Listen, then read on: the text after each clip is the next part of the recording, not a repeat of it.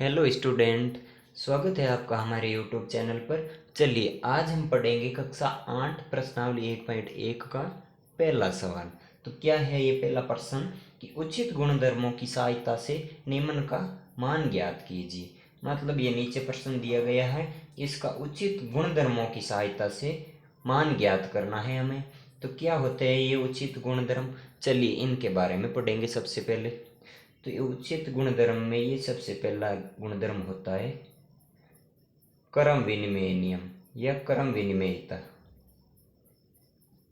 ये सबसे पहला नियम होता है क्रम विनिमय। क्या होता है क्रम विनिमय? तो इसमें क्या होता है कि कोई भी दो संख्याओं का योग होता है तो उन संख्याओं के हम क्रम को बदल कर भी उनका योग करें तो भी उनका योग आपस में बराबर होता है। जैसे देखो 10 + 7 कितना हो जाएगा? 17। इसी तरीके से अगर हम 7 के अंदर 10 जोड़े कि 7 + 10 तो भी इसका आंसर क्या होता है? 17।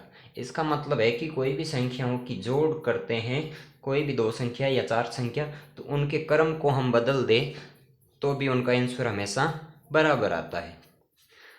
तो ये क्रम विनिमय नियम कहलाता है। अब देखिए दूसरा नियम है हमारा वितरण नियम। वितरण नियम ये क्या होता है कि अगर दो संख्या आपस में गुणा में है, फिर प्लस में एक संख्या इन्हीं में से वापस दूसरी संख्या के साथ गुणा में है, तो क्या होता है कि इसका आंसर होता है कि ये जो संख्या दोनों जगह समान संख्या है। जैसे यहाँ पे भी a इंटू बी या a इंटू सी, दोनों जगह क्या आया है? a का मतलब है कि यहाँ दोनों जगह एक समान संख्या होगी, और ये b और c का मतलब है कि यहाँ पे कोई अन्य संख्याएं होगी। और अगर योग या माइनस में हो तो क्या होता है कि ये a दोनों जगह है, इसको हम कॉमन ले लेंगे। तो फिर यहाँ पे कौन बचेगा? b, फिर प्लस यहाँ पे कौन बचेगा? c बचेगा। तो ये ऐसी संख्या आपस में गुणा में है अलग अलग, तो इसका आंसर ये होता है कि ये सेम जो संख्या दोनों जगह समान संख्या आई उसको हम कॉमन ले लेंगे बाहर, और ये बाकी वाले अन्य संख्याओं को हम जोड़ देंगे अलग से। ये होता है हमारा दूसरा नियम वितरण नियम। तो चलिए इन नियमों द्वारा ये हम सवाल हल करेंगे।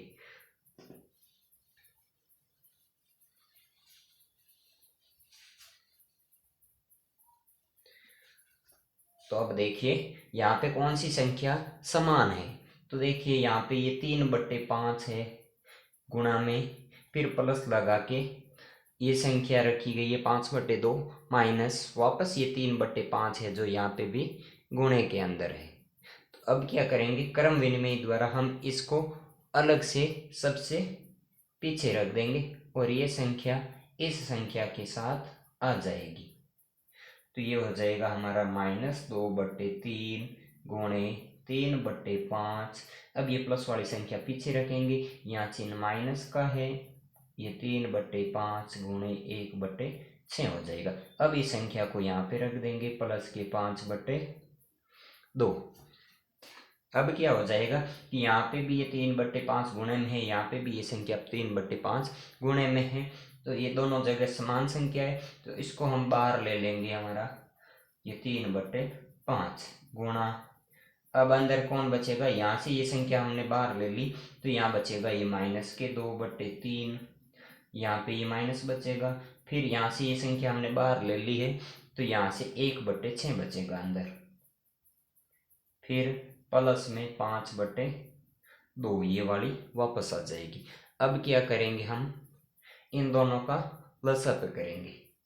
तो ये 3/5 गुणा 3 और 6 का लसाअ, आपको लसाअ तो आता ही होगा सभी स्टूडेंट को, लेकिन देख लीजिए कि ये 3, 6 का लसाअ।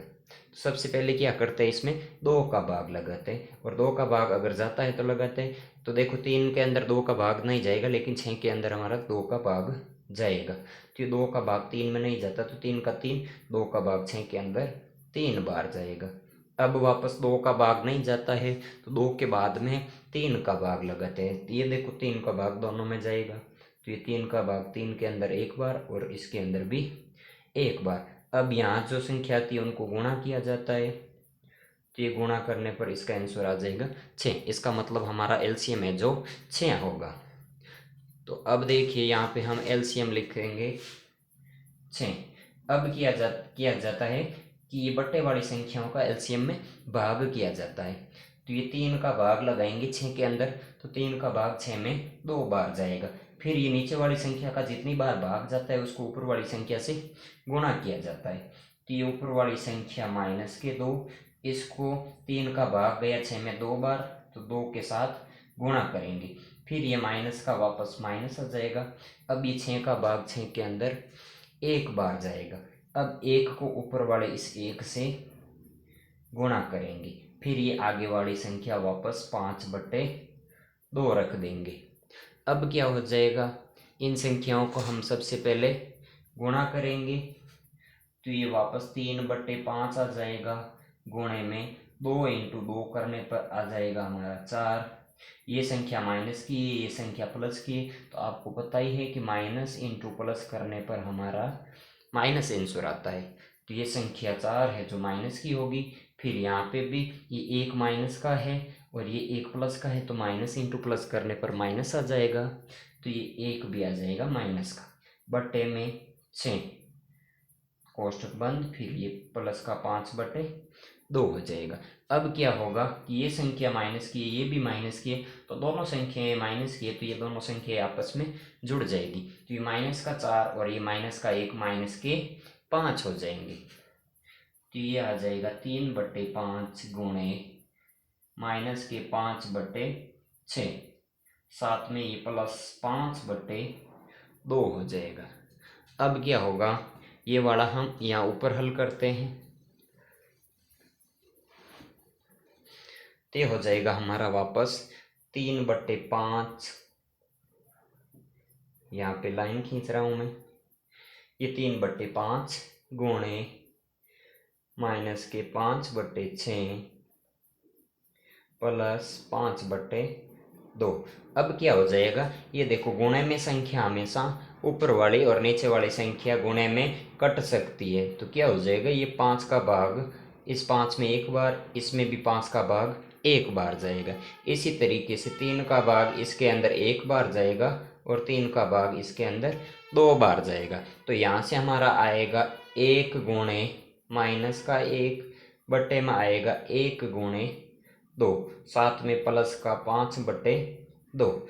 अब ये 1 गुणे 1 करने पर 1 आएगा और ये प्लस की संख्या, ये माइनस की संख्या होने पर माइनस आ जाएगा। फिर 2 × 1 करने पर 2 आ जाएगा, साथ में प्लस के 5/2। अब इन दोनों का 2 का लसाअ लेने पर हमारा लसाअ आएगा 2 ही, क्योंकि 2 के अंदर 2 का भाग 1 बार, इस 2 के अंदर भी 1 बार, और यहाँ वाली संख्याओं को गुणा किया जाता है। यहाँ सिर्फ हमारी 2 आई है, तो ये सिर्फ 2 हमारा लसाअ आ जाएगा।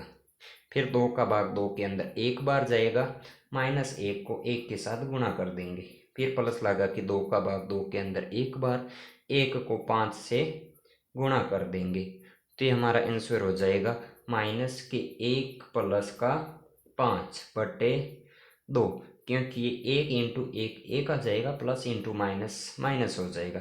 फिर 1 × 5 करने पर 5 आ जाएगा, आगे प्लस है तो यहाँ प्लस आ जाएगा, बराबर हो जाएगा 5 प्लस का है 1 माइनस का है, तो ये 5 में से 1 कम हो जाएगा, तो पीछे हमारा आंसर आ जाएगा 4/2। और अब 2 का भाग 4 के अंदर 2 बार जाता है, तो हमारा आंसर हो जाएगा 2।